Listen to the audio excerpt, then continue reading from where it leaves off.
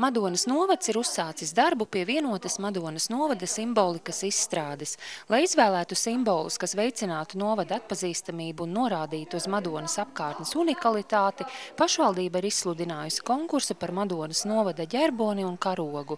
Iesniegtas 56 skices, kas pašlaik aplūkojamas Madonas muzejā, un ik viens interesents konkursa darbiem var izteikt arī savu vērtējumu. Nu, par kuru skici tu esi nobalsojis? Es par šo te. Un kāpēc? Tāpēc, ka man šis krāsas diezgan tuvas ir un saistās ar nākotnes plāniem. Tieši tās valsts karoga krāsas.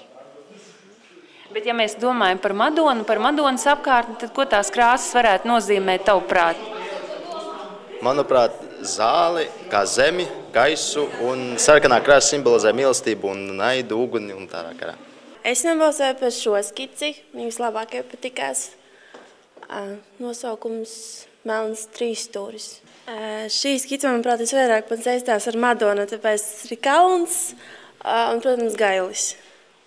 Konkursa noteikumi paredz, ka var izstrādāt pilnīgi jaunu Madonas novada ģerboņa un karoga ideju, kā arī par pamatelementu var tikt izmantots Madonas pilsētas ģerboņa simbols zelta gaļa galva.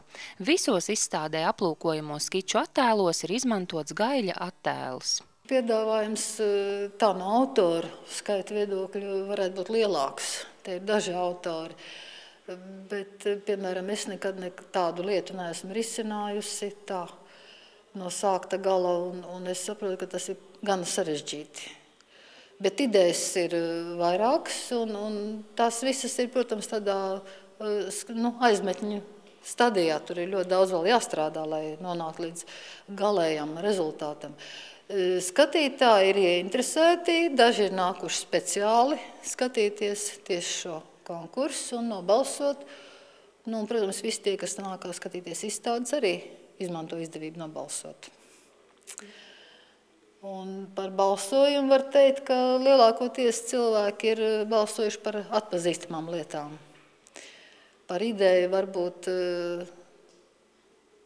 retais ir aizdomājies, bet atpazīstamās lietas ir atzīmētas visvairāk. Konkursa darbu izvērtēšanu veiks šim nolūkam izveidota darba grupa, kurai būs jāņem vērā ne tikai balsojums, bet arī citi kritēriji, uzskata nozares eksperti. Manuprāt, droši vien, ka tomēr uzsvars būtu jāliek uz ideju. Vai ne? Jo, Tā nav vienai dienai domāta lieta, un tā ideja jābūt tādai skaidrai un ilgstoši dzīvojošai. Lēmums par jauno Madonas novada simboliku tiks pieņemts marta beigās.